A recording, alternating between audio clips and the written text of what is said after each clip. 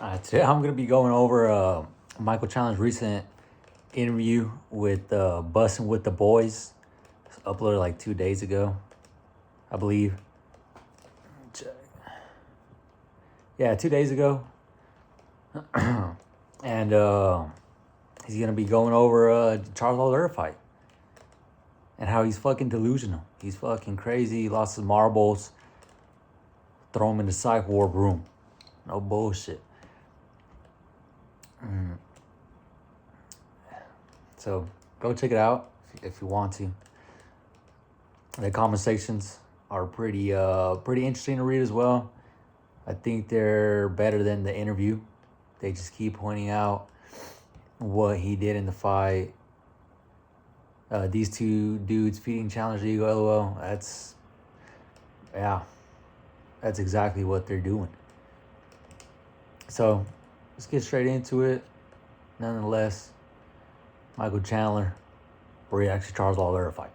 Let's get it. Now, ladies and gentlemen, welcome to a bonus episode of Bussin' with the Boys.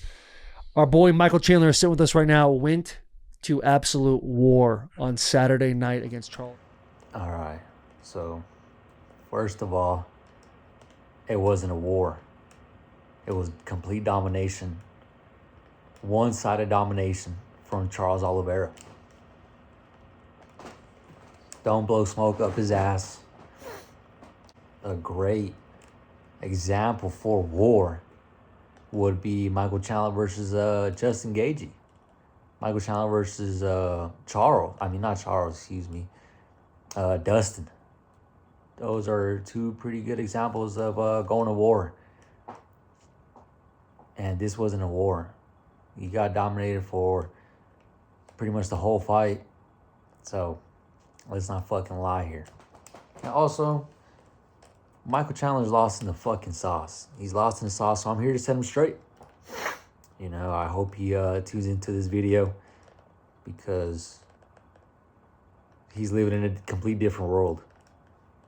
Completely different world. And for him to be surrounded by these type of people that are also lying to him, not that great. Not that great. Oliveira knew you were going to strategically go about this differently if Rogan was so clearly understood the process? You know, well, the funny thing is I knew I was going to, but I also, in my interviews, I didn't want to talk about it too much. It's like I talked about the whole Chandler 2.0, Chandler 1.0, maybe gave it a little bit of too much information because I honestly wanted Charles Oliveira to feel like he was fighting Michael Chandler from 2021. I wanted him to think he was fighting the guy who fought in my last fight against Poirier in 2022. I wanted him to think that was the guy he was fighting. Therefore, when I switched the game plan up on him a little bit, it would be a different fight, and I throw him into a scenario. So he was trying to play mind games with Charles Oliveira. You know, he was trying to trick Charles Oliveira into thinking he was going to fight the same Chandler from the first time they fought. The same Chandler as he fought Gaethje. And that's diabolical. That's stupid. It's straight up delusional. Like, seriously. It's not even fucking funny. He's losing his mind. For a fighter to go into a fight thinking he's going to fight the same person he fought in 2021 and not change it up is, it's stupidity. It's ridiculous. I think a good example of that probably will be Stipe versus Ngannou. I think Stipe thought he was gonna come out there and do the same as he did in the first fight and pretty much shut him down. But Ngannou came out there, different plan, different fighter. Actually, Ngannou 2.0. This Michael Chandler was not a 2.0. It was Michael Chandler negative 2.0. You know. So if anything, he set himself back, thinking he was gonna come out there and fucking. I thought he was gonna come out there and show a different game plan. No, he should have known that Charles likes to go for takedowns and shit, and he should have tried to defend those. But instead, he didn't. So I don't know where the fuck he's getting this Michael Chandler 2.0. It was not a Michael Chandler 2.0. I don't think anybody thought it was Michael Chandler 2.0. And I'm pretty sure he pretty much thinks that Charles was stupid and thought he was going to fight the same fighter. But no, if anything, Charles Oliveira came out there, probably Super Saiyan 1, Super Saiyan 2, and dominated. Showed what he could do when he's actually sticking to his game plan. So, for Michael Chandler to say that, it's idiocracy. And he I went back and watched the fight, and Joe and like the commentators, like, those elbows he landed, he didn't land one elbow on me whatsoever. They all looked like they landed, but they all glanced off my arm or glanced off like the side of my head. And I remember laying in there, like, he threw one. I was like, oh, thank you, Jesus. That was good. Because there was freaking. So I think Michael Chandler has dementia. I think he's, he said that none of those elbows that Charles threw didn't land. I'm sure probably one or two missed. But he's saying that they were grazing from the side of his head, his arm. I go back and watch the fucking fight. Stop closing your eyes, Michael Chandler, and open your fucking eyes. Those elbows did land, and they landed pretty clean. So I don't know where you're getting this information from. I don't know what fight you're seeing. It's embarrassing. It's embarrassing, Michael Chandler. Seriously. And then you're in a better spot, but you're also always in danger against Charles. But I've got good, pretty good defense and keeping the hand control, and when you're pretty good defense and hand control. That was some pretty dirty hand control and some pretty dirty defense. I mean, you were putting your fucking fingers in Charles Oliveira's gloves. It's stupid that he doesn't even take accountability of it too. I'm pretty, for him portraying this person that he is, he's different. And Dustin Poirier was right. He's a fucking cheater. He cheated on that fight too. So I think he's just gonna continue on, try to, be sneaky with the cheating and shit. He also talked about him letting Charles Oliveira be on top of him, like he wanted to be there, and he thought it was a good plan. I don't know what fighter wants their opponent to be on top of them on the ground to try to submit them. I don't understand, especially the way Chandler fought that night. Just cheating. That was his game plan. I'm pretty sure that was his fucking game plan. I just discovered what it was, and the Michael Chandler 2.0. It was him thinking going into this fight, well, fuck it, if he gets me to the ground, I'm just gonna fucking put my fingers in his gloves. I'm gonna hold on to the cage so he won't take me down. I'm pretty sure that was his game plan the whole entire night. So that's why he's saying Michael Chandler 2.0. Damn. That's crazy. That's fucking diabolical, man. Fuck. Three guys in the UFC, it's like I've lost to Charles. Every single guy that I've lost to has been ranked top 2 or 3 in the world at that moment. It was Poirier, Gaethje, and Oliveira. Oliveira choked out and finished Poirier and Gaethje, and he wasn't able to do it to me. So, I mean, it's all of the only reason Charles wasn't able to do it to you because, like I've already talked about it, man. I don't even know how many times I got to bring this shit up. Fingers in the fucking gloves. And also just grabbing the fence, too, man. It's like, dude, what the fuck? You're bullshitting yourself, and your boys are giving you bullshit. They're feeding you dog shit with this interview, with this talk. Instead of being like, hey, man, what was up with you grabbing the fence? Why were you grabbing the fence? Why were you putting your fingers? They want to be around Chandler. They want to keep him in the circle, so they're going to keep feeding him fucking lies and lies and lies and lies. Anybody in his circle is going to feed him lies. Even his fucking wife. I mean, it's his wife, but Come on, man. Fucking A. Fuck you, Chandler. You know, but he was in a bad spot. I remember when he turned over and he looked at me, for some reason his eyes were red. Like, I don't know if freaking, like, they were red, like bloodshot. And he was looking at me, but he wasn't really looking at me. He was like looking, because I mean, he took like 15 shots to the ear, like 15. And I was like, is this for you gonna step in, dude?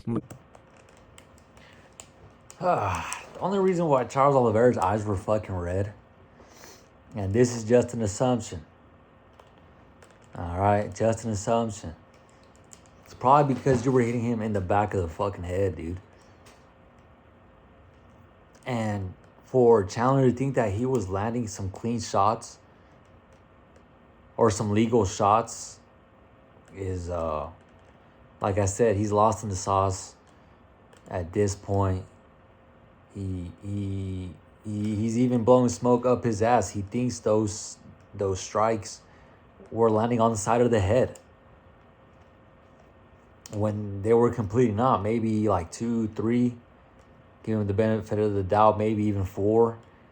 But 15 of those were landing straight to the back of the head, and I was so fucking pissed watching that live. I was screaming at my TV. I was pacing back and forth. I was pissed at the referee for not stepping in and telling Michael Chandler to stop. You know, the whole fucking night he didn't step in. It's like the referee put his fucking money on Chandler to knock Charles Oliveira out. That's my guess. I think he put his house and everything he has in his bank account on Chandler to win, and he didn't. That's why he wasn't stepping in for these fouls. You know, he should have stepped in, stopped that. Should have taken not even a point, because Michael Chandler, what fucking points did he have? You know, at that point they should have just disqualified, bro. So yeah, that's the only reason why Oliveira's eyes were fucking red. I mean, dude, back to back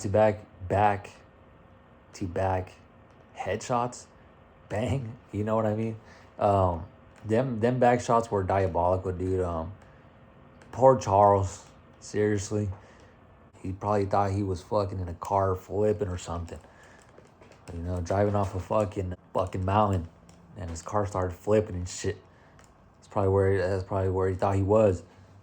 So, yeah, Michael Chandler, you're disgraceful to the fucking community.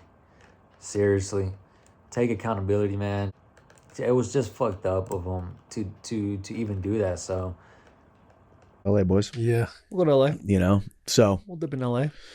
looks like it's gonna be Conor next. What do you think the reality of Conor is? Guy's on a yacht, $500 million, whatever he's got, breaks the pinky toe In court right now. Yeah, tough week for the boy. Tough week. Do you think this is a real reality that he comes back to the octagon? I'm not saying it's a real reality, but I am saying if he does, his road comes straight through Nashville, Tennessee. You know, like his road back to the UFC. We have to finish the Ultimate Fighter. The UFC wants to finish the Ultimate Fighter. Conor wants to fight me. Like he can fight anybody, but he made a commitment. You know, and I've said this numerous times. I have no problem giving my opponents. About Conor McGregor, his road comes straight through Nashville, Tennessee. Conor McGregor. Dude, just shut the fuck up about Conor McGregor. Conor McGregor's not stepping back into the octagon to fight you, bro. It's fucking... What the fuck? I mean... You know, the first time was... You know, after him pulling out the second time, that's when it just went away. It's like, okay, you know what? I don't think the fight's actually going to fucking happen. It's unbelievable that Michael Chandler still thinks that fight's going to fucking happen, when in reality it's not.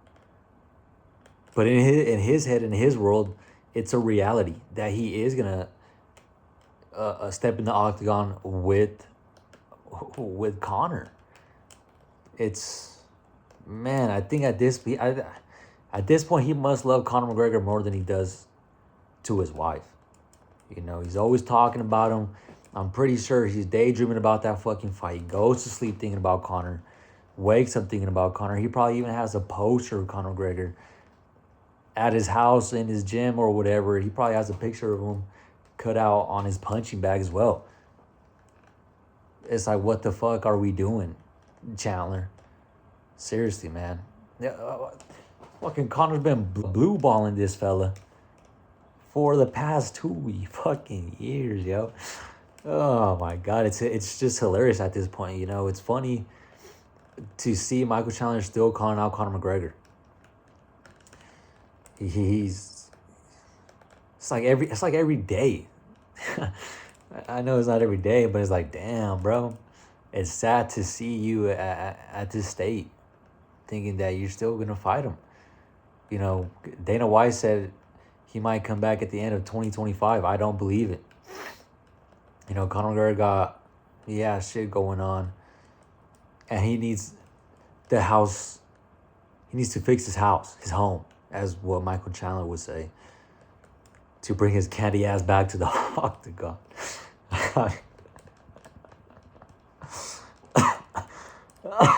Oh my god. It's unbelievable. It's man. He's lost in the sauce, bro. He's lost in the sauce. Someone needs to set him straight. I mean, Dana White, Hunter, whoever the fuck he talks to in the UFC, they need to sit his ass down and be like, dude, forget about Conor McGregor. The fight's not gonna happen. You can think about him all you want. It's not gonna happen. You know, excuse me. God damn, he's like a crazy ex, thinking they still got chemistry and shit when the other person's already fucking married and shit, moved on with their life. Now, we've all been there, you know what I mean? It's embarrassing. It's really embarrassing, you know. But I just thought it was funny. He thinks Dana White still wants to continue on with the Contender Series and shit. That he wants to finish it. I didn't even tune in to watch that shit.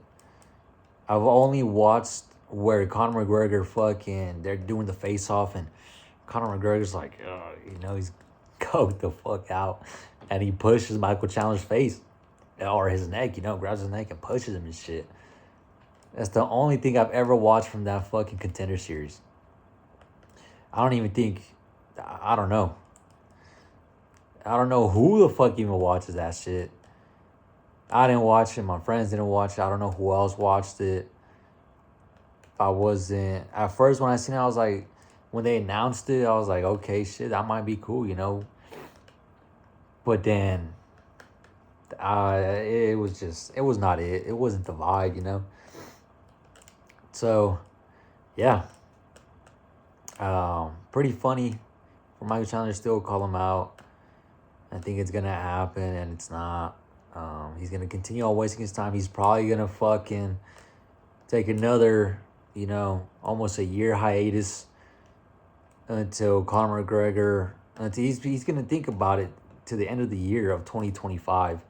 And he's going to call Dana White up and, you know, stay talking about Conor McGregor, what's going on with him, this and that. You know, I guarantee you Michael Chandler had Conor McGregor's phone. He'd call his ass up every day. It's fucking delusional, man. It blows my fucking mind. You know? And his fucking boys, they need to set his ass fucking straight too. Tell him, just hit him with the facts. The hard fucking truth. So yeah, that was pretty much the gist of it. It was funny. He couldn't wait to bring Conor McGregor's name up in the podcast. He was probably thinking about it the whole time. So that was it. Hope you guys enjoyed the video. If you did, leave a like, comment. If you didn't like it, leave a dislike. And tell me how bad the video was. I'm open to all the criticism. And see you guys in the next one.